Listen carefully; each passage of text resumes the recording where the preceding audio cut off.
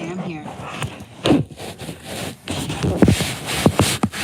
Oh, glad. Maybe she knows much adjusting to do tonight.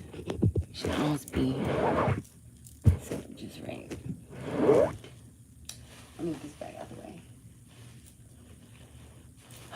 Okay. Well, it's been quite a day, quite a week, quite everything. Quite the weather.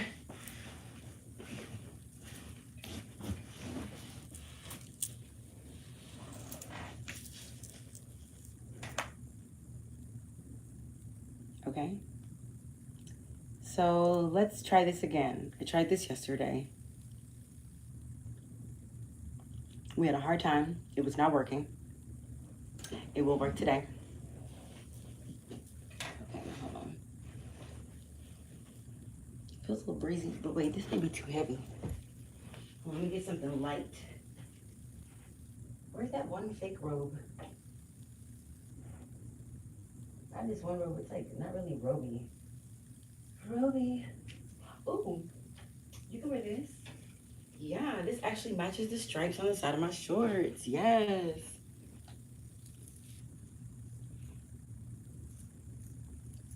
Wait till I get my body right. Da, da, da. Okay.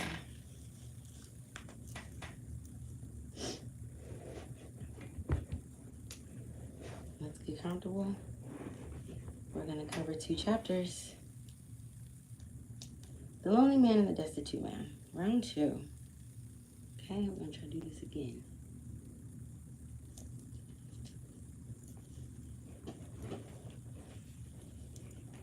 Most recent page. Oh, no.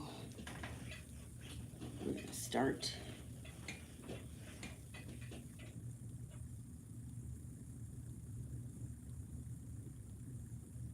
Oh, no. Actually, I could just do this. I could do this. I could do this. Okay. Lonely man. Here, lonely, lonely man. Lonely man. Oh, lonely man. And the Lord God said, it is not good that a man should be alone. That's in Genesis. That's from the beginning of the book.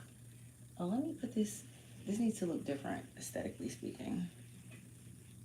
You're going to be all here. Yeah, that looks better. Oh, that's cute. Doo-doo. Get out of the way. Okay. There. Ha! Yeah, I'm ready now, bitches. Okay.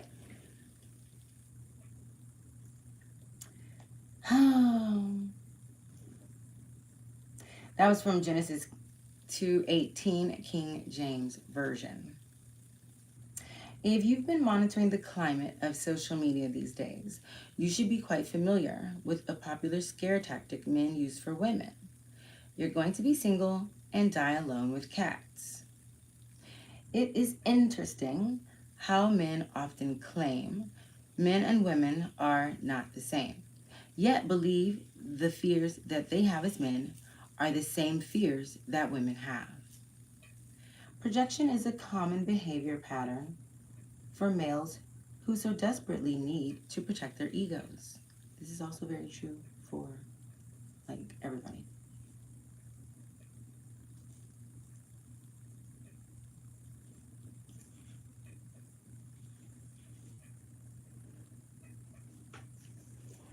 Don't mind if I get a little comfortable. Don't mind if I do.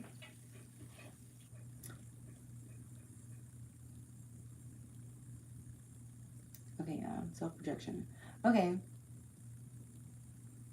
According to research performed at Copenhagen Aging and Midlife Biobank, men who experience 2 or more breakups or live alone are at greater risk for inflammation. This is not the case for women. There are many confessions of men stating their reasons for settling with women, and many of them are centered around their fear of being alone. Here are a few quotes from men who confessed on Whisper. I'm guessing Whisper is like maybe like an app or a website or a forum or something like that. I settled in a relationship I'm not fond of because I fear my early baldness will keep me from ever having a wife, much less the girl of my dreams. Now, okay, I will say this. I'm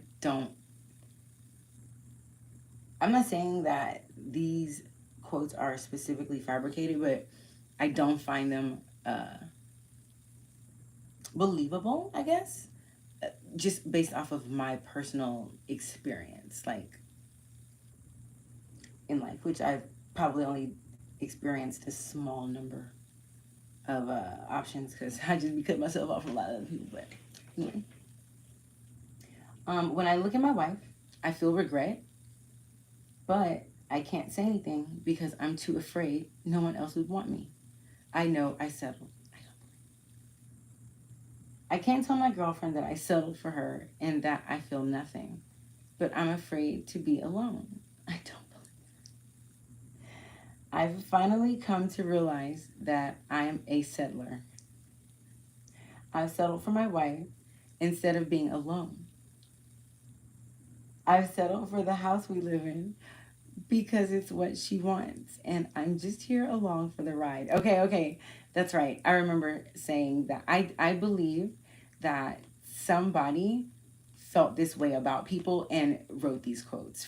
Like, I don't believe that the actual person who is supposed to be quoted saying this, I believe it's someone else quoting what they believe that other person's thoughts are, if that makes any sense, or something that they're not willing to accept to themselves. You know what I mean? Because these quotes are they're just a little bit extreme. They're a little bit too like, there's not a man or a woman I would ever even believe that would even be this honest with themselves, let alone have enough wherewithal to even avoid saying it, let alone even just outright saying it. I just don't. I just don't, because they're just a little bit okay. So whatever. Um, I was scared no one would love me, so I settled with my wife. I must admit, I am now so miserable. I just don't believe it. Loneliness is more detrimental to men than women, and as a result, they will go to any lengths to avoid it. Is this true? It's starting to look that way, to be honest, guys. But I remember a Cat Williams joke he had during his early tenure, and he said, "The single life is all fun and games until you get home in that lonely kitchen." And the crowd responded in agreement. Martin Lawrence had an episode on his hit show Martin referencing the lonely man. When Gina left him, he had one TV dinner in the freezer. Lonely Man Dinner. A play on Hungry Man. In television and film, when loneliness is referenced, it's almost entirely centered around the male. Living Single was a show centered around happy women and their sisterhood bonds. Golden Girls was the same. Singleness and loneliness is a death sentence to males, but not women. The manosphere and its subgroups, Red Pill and MGTOW, have made it worse for the average male. They have put the male aggression, entitlement, and narcissism on display for women to see and have thus created a response in women to further withdraw from dating them. Y'all asses done fucked up now. This has created an effect of a rising tide of single lonely men. In addition to Red Pill and MGTOW, a growing sector called Black Pill, where incels, also known as involuntary celibate males, are growing increasingly angry and violent because of their inability to gain access to women. Oh boy. Now, I do believe this is somebody from that community. I don't know who this is that she's quoting, but um this is a wild ass quote. Y'all need to be saying this shit though. I know I ain't shit. I can't keep a woman. I don't even want to refer to these women as women. They are bitches. Soon, people are going to go ER. Elliot Rogers. I am not saying going out killing random women is right. And I am not saying I am going to do it. But I know that's what is about to happen.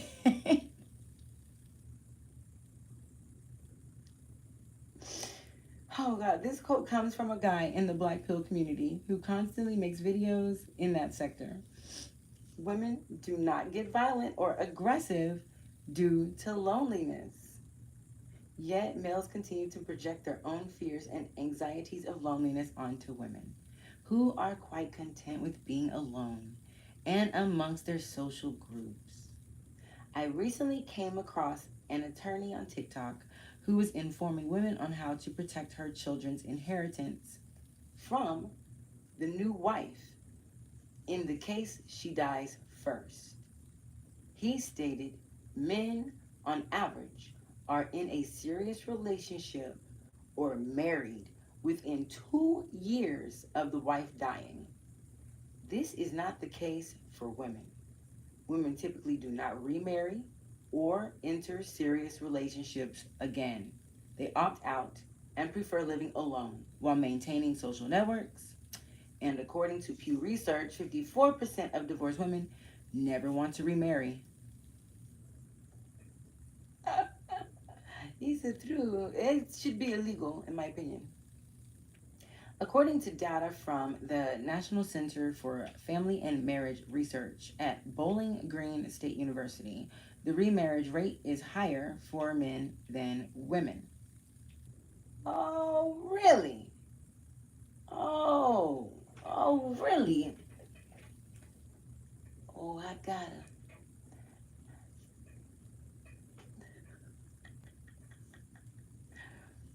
Oh, really? Okay.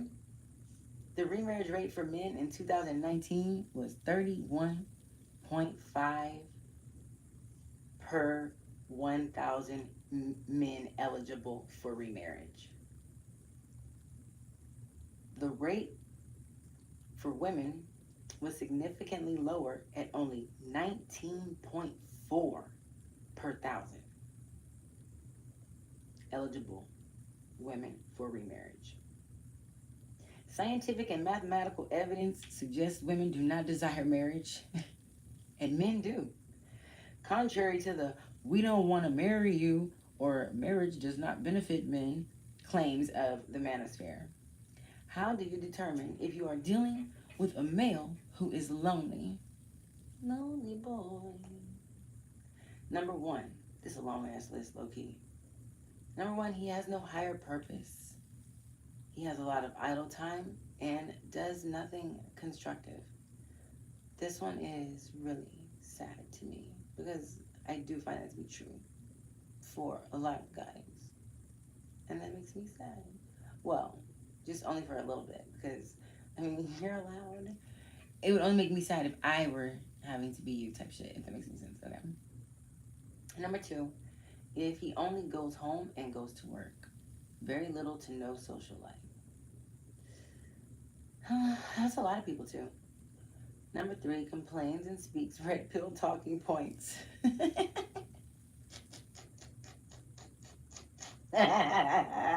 She said.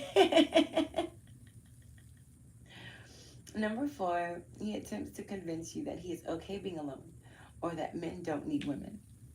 If you give him your number, he will call you very quickly. As a matter of fact, he will constantly call you. This is a strong sign of desperation and loneliness. Number five, if a male is ready to marry you or confess his love to you in an extremely short period of time, this is a red hot flag. Number six, he spends large amounts of time on video games. This is a sign of social withdrawal. Number seven, if he ever says, feed me, fuck me, and leave me alone, he's also a lonely man. He likes to be alone, he says. Number eight, he is a serial dater or has multiple marriages. Number nine, he is married but constantly cheating and refuses to divorce. Wow.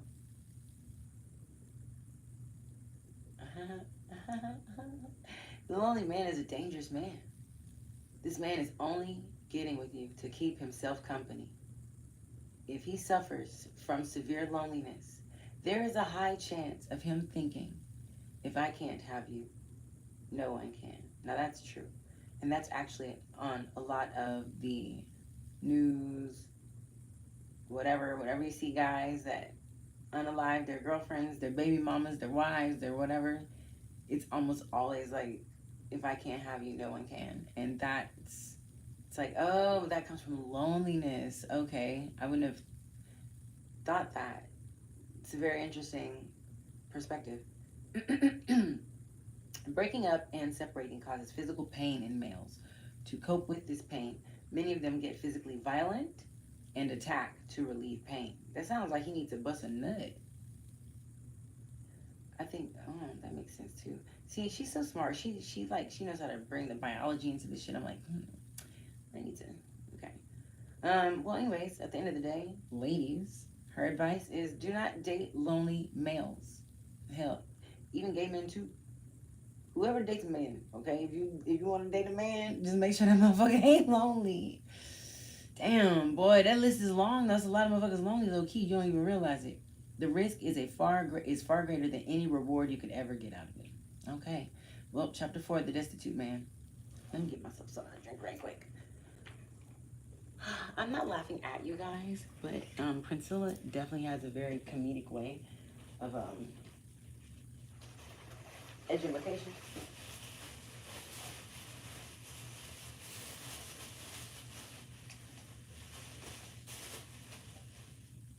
Now,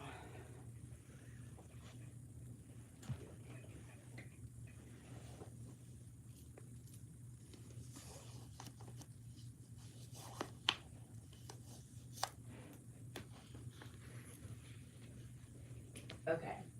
Dang.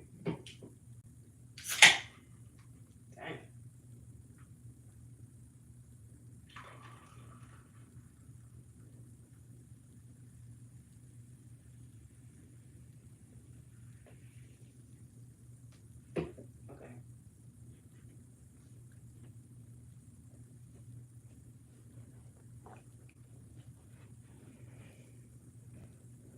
Mm-hmm.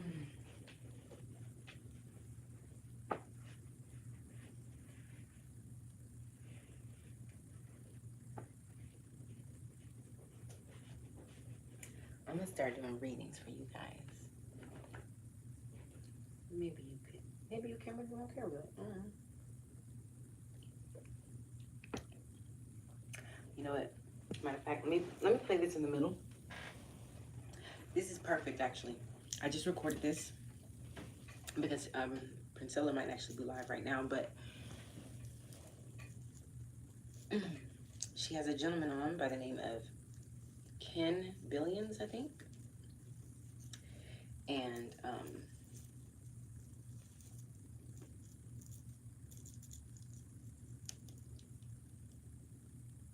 he made a really valid. He did Ken Billions, yeah. He made a really valid point. Let me see if this is the one.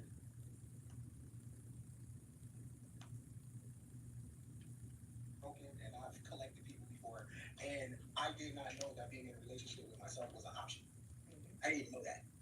So I would collect people because I don't want to be alone, right? I need to have my phone full, even though the connections were meaningless. But I didn't even know that being in a relationship with myself was an option because I was thinking that knowledge of myself had something to do with a collective. I thought it had something to do with a group. So when I was, coming into consciousness and all that bullshit, right? I was going to the meetings and I was listening to the lectures and reading all the books. None of it pointed me back to myself. I didn't know that it was okay to be selfish in that area. Now, mind you, I just told you I didn't have the language to describe how I feel about myself, how I feel about myself, how I feel about the environment, how I feel about a partner, right? So I'm dropping the ball because I didn't know this is very key. I did not know that being in a relationship with myself was an option. I thought that was illegal, right? So I thought I was supposed to pick the world, pick the community, pick the streets, pick the homies, pick the narrative, right? Pick all these other things, right? So I understand how the broke and the broken gets into that cycle because you don't even know there is a self. What is a self? Knowledge itself has nothing to do with Egypt. Knowledge itself has nothing to do with Garvey. Knowledge itself has nothing to do with W.E.B. Du Bois or James Baldwin or Maggie Walker. I mean, we can name them all day long. That is not knowledge of self, right? Self is very personal, right? It has nothing to do with anybody else, especially right now. If you are, my heart goes out to anybody right now talking about community. My heart goes out to them because I understand the space that they're in, right? So I won't even say they're dumb or anything because I did it and I was crashing out. You are transitioning into Pisces, right? We're on I'm in transition to Aquarius. We are in the Pisces. It's fighting to stay alive, and it's not happening. It's not about leaders. It's not about none of that, right? You cannot transition the body looking for leaders, looking for a community, right? It's a very personal journey, and it starts with self and what they call the shadow work, and it's very ugly. It's very ugly, very tormenting, because you're gonna find out some truths about yourself. You got Princess Shadow, I'm coming to get you. That's my little character that I play when I wear my pink puffs. Princess Shadow. All about the shadow work. I love hearing people come to these conclusions. That's why I fuck with Princella, because up until now, I found people that were extreme, but they were extreme one way or extreme another way. And I never found anybody with an extreme belief like in what I believe in. And you know, it's like it's one of those things where it's an acquired taste. It's not for everybody. Everybody is doing something different, but there's definitely some shit happening, right? There's definitely some shaking and some moving, and it's definitely that time for people to be responsible for their world and what's in it and what makes it, and it starts with yourself. So this is it's really really important around the lonely man and the destitute man also, because the only reason why, if we go back, let me go back. Okay, the number one problem with the lonely man is it is solved in what I teach, what I live, just alone, which is inner agriculture, right? The first problem or the first sign, like to me, like the biggest one that says he is a lonely man, if he has no higher purpose, he has a lot of idle time and does nothing constructive. That is a lot. That's heavy on it. Excuse me. Um,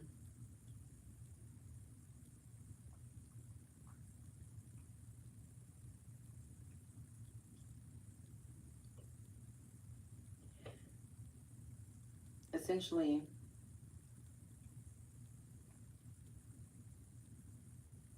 you will always feel lonely or alone if you don't ever master it. If you don't ever master being alone, if you don't actually like there's ways that you can be alone and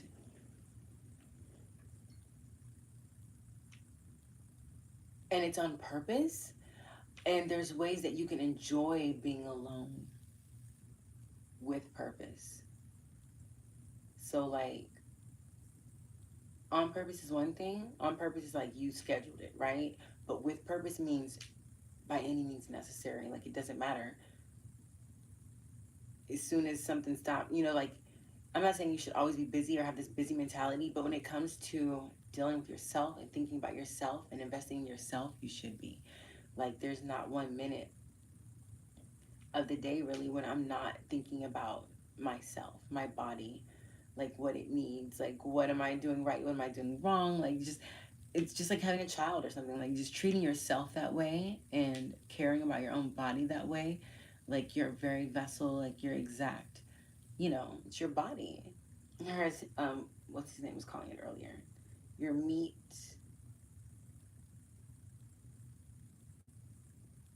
jacket, your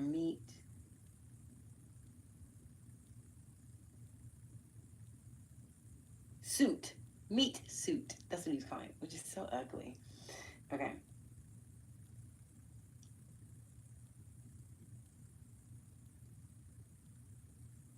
um, only goes home and goes to work, very little to no social life. See, you could be spending time even socializing alone. I mean, you need to learn to be alone, but you also need to learn to be around other people too. It's like, I don't know. Basically, I know it's difficult for guys because y'all aren't social like women are, but basically, you won't be lonely if you do different, you know, if you try something else. Like, you don't have to be lonely. You don't have to feel anything. You don't have to feel lonely. You don't have to feel like you're destitute. These are feelings. Okay, so that brings us into chapter 4, the destitute man. Property is not the sacred right. When a rich man becomes poor, it is a misfortune. It is not a moral evil. When a poor man becomes destitute, it is a moral evil teeming with consequences and injurious to society and morality. John Dalberg Acton. The above quote is infallible. Material wealth does not produce internal happiness, fulfillment, or wholeness. It has no bearings on the soul. If one loses external wealth, it's a bummer. In other words, he is what Raymond Reddington of the show Blacklist and Illiquid said. Oh, from the show Blacklist said Illiquid. I don't know the reference because I don't watch anything. His mind and internal value is still abundant. However, he is temporarily blocked from liquid currency to fund his endeavors. That's what black people will call broke. Oh, okay. Broke is not a bad thing as it is temporary. A male who is broke is still level within. There are many homeless males who are broke, yet joyful and content on the inside. Facts. Being broke does not create a moral evil or a negative energy that disrupts the fabric of life. However, when a poor man who is already broke, without the necessities to properly sustain his existence, and he has no soul connection, this is what creates the moral evil that is detrimental to life. He has lost the concept of what is right and what is wrong. Males are not the same as women. They do not have an internal moral compass. They have to be trained like dogs to behave morally. However, women do have a natural compass. This will be explained in greater detail later in the book. In the case of the destitute male, the moral evil we speak of is his tendency to recklessly impregnate multiple women. The destitute man has absolutely nothing going for himself. He has no value in his existence, and the only thing he can look toward to give himself some self-esteem or importance is his ability to produce offspring. Males at the base of their biological nature are wired to compete, to pass their genes along. It is the most important thing to do to the male, not to do to the male. It is the most important thing to the male. When a male has become destitute, he has failed at operating as a human in society and thus sinks to the lowest of his biological nature, which has no governor or control mechanisms. The male ego and self identity is extremely weak and is in need of constant validation. The male gets his validation from how much access to women he has. On my YouTube show, I analyzed a CBS special report in 1986, which covered the deterioration of the black family and welfare. The male, Timothy, being interviewed, had 6 children whom he didn't care for or provide for. The interviewer asked him why he kept creating children if he couldn't take care of them. His reply was, well, the children are somewhat like artwork. If you don't have anything, at least you can say, I created this. And they may grow up to be a doctor or a lawyer, and I can say, that's my boy. Yikes. I also have an episode that shows 16 males created 336 children.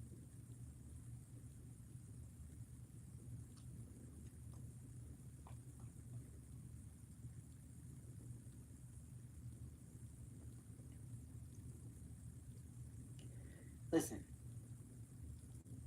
I don't know where they did that interview or that survey or whatever, for 16 men to be males, whatever, to create 336 children. The first male created 22 by himself. Yo, at some point, like you gotta move around, or you're you're having sex with one of your own kids or something. Like I don't even know how you can make that many. You can't continue having sex with more people because eventually you're gonna start running. They've all had to have sex with at least one of somebody's daughter. Oh Lord. The first male of that episode created 22 by himself and told the news reporter, "The court knows I can't pay no child support.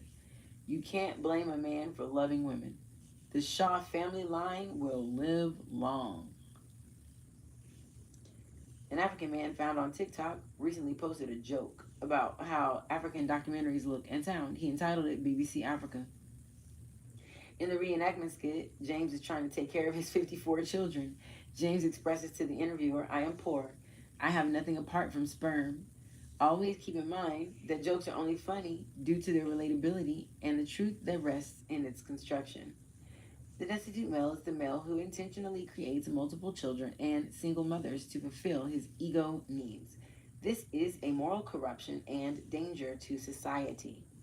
How to determine if the male is destitute? First, you need to know the definition of destitute. Destitute is an adjective defined as without the basic necessities of life. Similar words: devoid, bereft, deprived, bankrupt. A male who is morally bankrupt, devoid of spirit, bereft, emotionally and mentally deprived will behave in insidious ways that will bring himself, the woman, and the society down to the ground.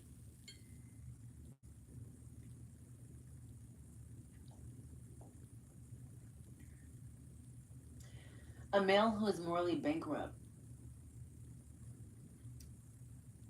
devoid of spirit, bereft, emotionally and mentally deprived, will behave in insidious ways that will bring himself and the woman and the society down to the ground. How to determine if a male is destitute?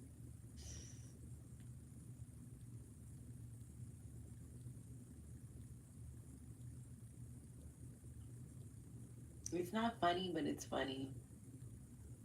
Number one, he complains incessantly. I just feel bad because he complains incessantly. Number two, he pushes too hard to present the nice guy appeal. Number three, many times, not all the time, but many times, he can't look you in the eyes. Number four, he is unemployed or no stable employment, or he's frequently changing jobs. Number five, he does not place much effort into his appearance. Number six, he has multiple children by multiple women. Number seven, he does not have a place of his own. Number eight, he has no purpose or vision for himself. Number nine, he is validated by his male peers and always mentions his children and their mothers in any capacity. This is for an ego booster for himself, especially if he's speaking on her negatively. And number 10, he lacks personal accountability. Number 11, he is heavily focused on sex. Number 12, he tries to convince you that he's not like other guys. Number 13, he is very sensitive to criticism. Number 14, he has a poor credit score. Number 15, he places a high value on his physical appearance if he has nothing else going for himself. So either he got something going for himself enough to where he doesn't care how he looks, or he has nothing going for himself to where he only cares about how he looks. Okay. Her advice is do not date a male who is down on his luck. He is already incapable of love. So you can't get that out of him. Sex is a reward for males. You do not reward males for failure, and do not bring children into an already corrupt world that you cannot save them from. Learn to love and pour into yourself. Yeah, yeah. So, inner agriculture. Tomorrow is chapter 5, the virility validation man. Um, this has to do with the gays ever. What was number 6? Hold on.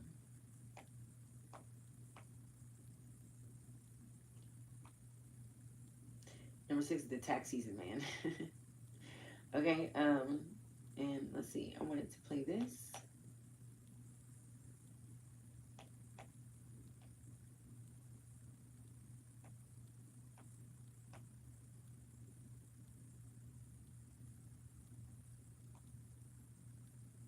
You said I done had some dope women. Even if we were good partners together, I had some fire women, right? And I was never ready for none of that though. Physically, I'm ready, but the experience, I'm not ready for because I think a lot of you just mentioned it. A lot of women make the mistake of thinking that I know how to treat you. I don't think I got the language. Don't assume someone knows. I don't care about the age. We put a lot of, but you're 27. You should know that. How this is an education. How am I going to know how to treat you? I don't know how to treat myself. I don't know how to take care of myself. So we're in survival state a lot of times. We're just here. So back to what we're talking about on Rising Above the Body. We're just here, right? Especially if you grew up in the 90s. I'm a latchkey kid, right? I'm eating noodles and noodles. That's my diet. Cheese doodles. That's my diet. My mom and I here. That's my experience. So we're unsupervised kids growing up in the sexual revolution, growing up with hip hop. The drugs is going crazy, and you don't know that you're not good for real, right? But there's sexual attraction, so we form these relationships, right? But the language to say, hey, I don't got the answers. Oh, you're supposed to do X, Y, Z, right? I don't got the answers. And then when you're from a certain kind of environment, some women talk a certain kind of way. So now here comes the rift now. Because as the language gets a little more crazier, right? And a little more disrespectful, now the relationship is toxic. But it was going to jump because I was just thinking about this other day. I'm like, damn, we get training to use guns, we get training for the medical field. You can even go to YouTube training, but there is no training to be in a relationship. You just hop in and gotta figure it out. Exactly. And here's the thing, right? People have been conditioned to think they need relationships and they go to get in relationships in a completely disempowered and broken state. What people do not realize is that there is a total difference between a relationship and a partnership. Most people who are in relationships are actively looking for them. Well, you only actively look for something because you need it, not necessarily because you want it, right? You mainly look for stuff that you need. Stuff that you want kind of just come up and you're like, I want that, right? It's not something that's ever present in your mind. Most of these people are looking for relationships because they need them. Why do they need them? Because they have voids that they are totally dependent on somebody else filling because they can't fill them themselves. So instead of filling them themselves by doing the work or paying somebody else to fill that void, they look for a relationship and expect the other person to do it for free under the pretense that you're supposed to do this in a relationship. So most relationships go bad and you don't really enjoy the other person because you're so dependent on them to fulfill your needs that you never have time because those needs never get filled because you're doing it and they're not working for it or anything. So relationships are a terrible thing for people to be looking for. But only broke people look for relationships, and that's the reason why they suffer. That's from tonight's broadcast, by the way. I have one more from tonight. Coming up as a boy, because all expression was shut down. Shut up all that crying, right? Shut up all that crying, right? Mama got owie. Shut up all that crying. And so Owie, the environments that I grew up in, thinking back on in hindsight 2020, I did have language to describe emotions, but only when it came to property. So my sneakers, my starter jacket. If you touch my starter jacket, I have the language to tell you how I feel about that. If you touch my new Barclays, I got the language to tell you how I feel about that. If you scar up the whip, I got the language to tell you how I feel about this. But if you hurt my feelings, I don't know what to say, right? I don't even know what this is.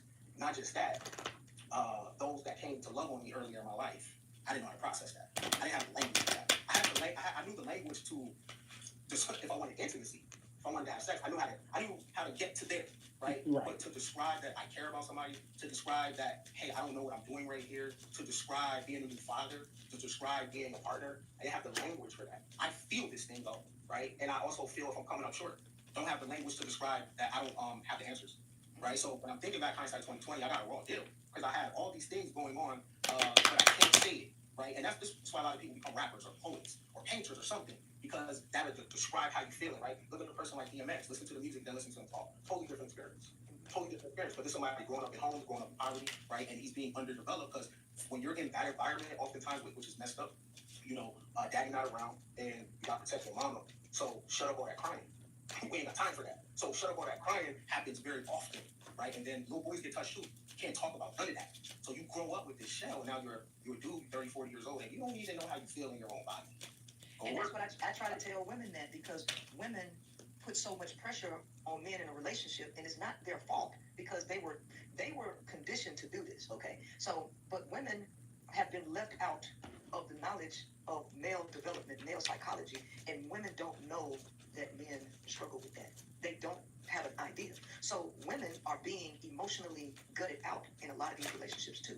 Okay, and outside of relationships, so women are having these expressions, but they have been taught to cut off their female companions or their support system and totally rely on men to be their partners. So when women are going through things, they get upset with men because the male is not able to understand how she feels, and he's not able to read that she's even going through anything at that time. So because he can't do that, it causes her to put more stress on him. But what she doesn't realize is he don't even know how he feels in his own body. He doesn't even know how to express what's going on with him, right? So now you have this never-ending cycle of abuse unconsciously between two parties because the relationship dynamics, the society that they both have been homegrown in, are both unnatural, and neither of them can see it. So, damn.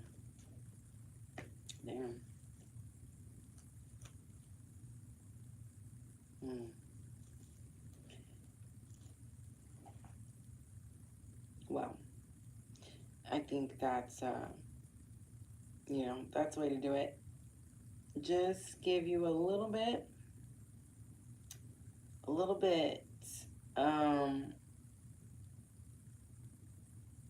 of Princella via her book, and then give you a little bit of her